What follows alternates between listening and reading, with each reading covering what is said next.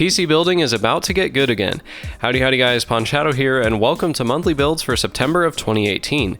In these videos I show you the parts I'd use for building gaming PCs at various budgets, and this month we'll be switching it up with $400, $1,000, and a super high-end $2,000 PC. To keep up with new prices and components, I put up a new video every month, so be sure to subscribe to stay up to date. Before we get to the builds, let's look at some PC industry news. We've had quite a few big announcements recently, so this is going to be a busy one. Intel's 9th gen was paper launched, in other words, we have it but you can't buy it yet, in another desperate attempt to catch up to AMD. It's codenamed Whiskey Lake, which is another refresh of the 14nm node, where it's something like 14++++ now. Nice. Intel's freaking out because AMD's 2nd gen Ryzen processors are stomping all over them, and AMD, unlike Intel, is on track to release their next generation as well. Intel's only announced 3 new processors, all at the upper end. The i9-9900K with 8 cores and 16 threads, running at 3.6 GHz with boost of 5, the i7-9700K with 8 cores and 8 threads, and the i5-9600K with 6 cores and 6 threads. Alongside the new processors, the Z370 chipset is being rebranded to Z390, but with an improved VRM reference design. For now, it's only a paper launch. Actual availability and reviews won't be here until October at the earliest. Team Green also finally announced their next desktop graphics series, the RTX 2000 GPUs. This will be their first new consumer-level series in, more than 2 years now? The first cards to show up will be the $500 RTX 2070, $700 2080, and top-end $1,000 2080 Ti. They'll start shipping on September 20th, but if you didn't pre-order on the first day, don't expect to actually get one anytime soon. I'm expecting real retail availability somewhere around October to November, but that might be wishful thinking. In terms of performance, leaked benchmarks put the 2080 Ti at around 30 to 50% faster than the 1080 Ti, a healthy improvement. The big new thing NVIDIA is pushing with these cards, and the reason for their rebranding from GTX to RTX, is ray tracing, which, pro tip, is going to run like absolute trash. Ray tracing is unbelievably expensive from a computational viewpoint. There's a reason you've never seen an example of real-time, proper ray tracing running on anything close to consumer hardware. It is insanely, ridiculously hard to do at decent resolutions in real time. From the few leaked benchmarks we've seen, even with the top-end RTX 2080 Ti, you can expect something like 30 to 60 FPS at 1080p. That is definitely impressive, and we have never seen ray tracing performance like that before, but that just isn't an acceptable frame rate for gaming. We aren't going to see any decent ray tracing performance until at least the next generation of GPUs, and if current trends continue, that means we might be waiting for a while. Over on the red side, AMD launched their 2nd generation of THREADRIPPER processors. Already released are the 16-core 32-thread 2950X and the huge 32-core 64-thread 2990WX. That's a lot of horsepower. 2 more models will be coming out in October, the 2970WX with 24 cores and 48 threads, and the 2920X with 12 cores and 24 threads. These aren't super relevant to gaming, but at the absolute top end of systems, these could be game changers, and we've never seen this amount of computational performance in any consumer or prosumer level parts before. Back to Intel, we got a short teaser of, get this, a discrete gaming GPU. All we have so far is a very vague teaser video and a few bits of text, but Intel's getting into the graphics scene and will be competing with AMD and NVIDIA. We haven't seen a legitimate competitor in the graphics industry in something like 2 decades, so this is a very exciting bit of news. You'll have to be patient though. Their first lineup with a rumored codename Arctic Sound won't be hitting the market until 2020.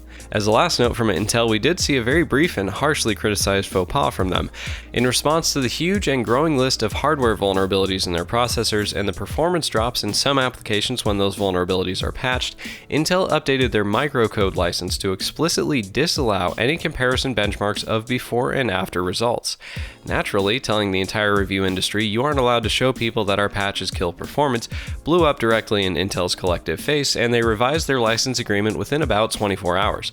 It's still somewhat ominously worded, but at least it doesn't explicitly prevent people from showing the benchmarks. With the news covered, let's get to the builds. First up, the $400 build. With the new range of budgets, I wanted to include an even more affordable entry point, and $400 can get you a great build if you're new to PC gaming.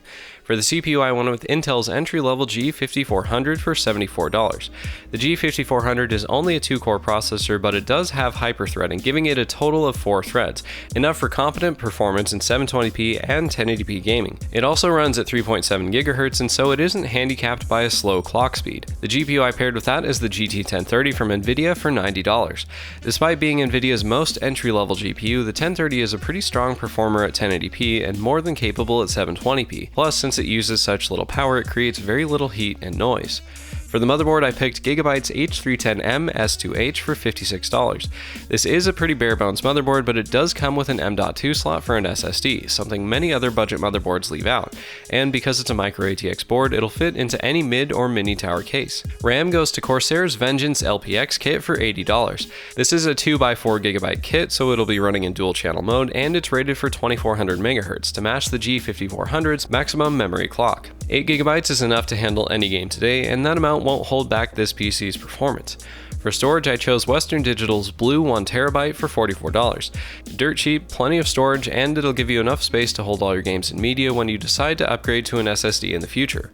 For power, I picked EVGA's 400N1 power supply for $30. EVGA has an excellent reputation in the budget power supply market, and the N1 is probably the best option for anyone breaking into PC gaming with a tight budget. It comes with a 2-year warranty, 120mm fan, and all the important electrical protections for conditions like overvoltage and short circuit. Finally, for the case, I went with Rosewill's FBM X1 for $27. Despite being a budget case, it doesn't sacrifice the important features. It has 4 USB ports up front, including 2 USB 3s, a 120mm intake and 80mm exhaust fan, and a side window to show off your stuff. Plus, it's not a bad looking case for being under $30. Altogether, these parts are just over budget at $403. For an entry-level gaming computer, this is a great starting point and a great way to learn how to build a PC. If you're just trying to get into PC gaming on the tightest budget possible, this build will suit you well. Click the link in the description to pick up these components for yourself. Moving up a bit, let's look at the $1,000 build.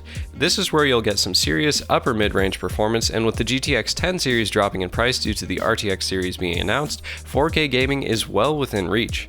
For the CPU, I went with AMD's Ryzen 5 2600 for $166.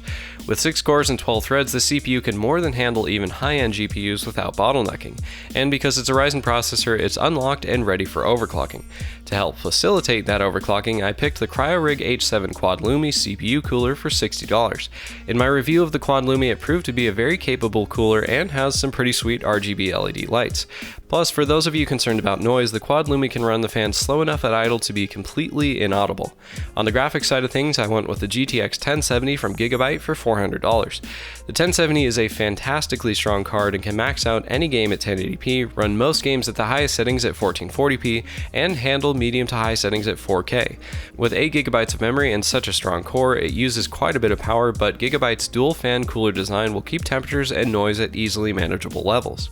The motherboard will be a Prime B450M-A from ASUS for $80. Because it has the latest 400 series chipset, it'll be compatible with the Ryzen 5 2600 out of the box, it supports overclocking, and it has the essentials for upgradability, 4 RAM slots and an SSD slot. Plus, being a micro ATX board, it'll fit into just about any case. For memory, I picked G-Skill's Ripjaws 5 Series 16GB kit for $140. An upper mid-range build like this deserves 16 gigs of RAM, and because these sticks come with proper aluminum heat spreaders, you should be able to squeeze a bit more performance from them with overclocking. Onto storage, for the SSD, I picked ADATA's XPG SX6000 for $43. Its 128GB will provide enough room for Windows 10 plus a few games, and because it's an NVMe drive, it supports much higher read and write speeds. That's something that'll drop boot and load times a ton. For bulk storage, I went with Western Digital's Blue 1TB for $44. For most people, I recommend a 1TB hard drive, but if you have a very large game library or deal with storage-intensive work, the 2TB version is only about $15 more. On the power side, I went with ThermalTakesMART 600 for $40. It's 80+ certified for efficiency, has a 120mm fan for quiet cooling, and comes with a 5-year warranty. In my testing of the slightly lower wattage Smart 500, I found it to be very quiet even under load, and the sleeved cables really help keep your PC's interior looking good. Now, to show off that interior, you'll need a case with a window, and for that, I picked Cooler Master's MASTERBOX LITE 3.1 for $41. This case has a sweet dark tinted side panel and mirrored front panel, comes with swappable red, black, and white trim pieces for the front, and has a movable hard drive cage to support a 240mm radiator in the front if you go the AIO route. With everything together, this build comes out to $1,014. If you're after a PC that'll give you strong performance for years to come and look really good doing it, this build will work perfectly. Click the link in the description to pick up these parts for yourself. Finally, for the top end of gaming, the $2,000 build. This will give you the highest end performance available today with all the best components. For the CPU, I went with AMD's beastly Ryzen 7 2700X for $320. This is AMD's highest end offering from their consumer lineup. 8 cores, 16 threads, and a 3.7 GHz base clock with 4.3 GHz boost. It comes with a very capable Wraith Prism cooler, but to get the absolute max overclock possible, you'll need to go with liquid cooling. That's why I picked the CryoRig A40 Ultimate 240mm liquid cooler for $115. This is the strongest cooler I've ever had on my test bench. Noise performance is great, and the airflow fan on the pump works wonders to keep your motherboard's VRM temperature under control. Graphics will go to the current king, NVIDIA's GTX 1080 Ti for $650. This is the absolute top end of performance from consumer graphics with a ridiculously strong core and huge 11 GB of memory. Plus, this triple fan cooler from Gigabyte will keep it cool under load without going crazy on the noise. For the motherboard, I went with ASUS's beautiful Prime X470 Pro for $165.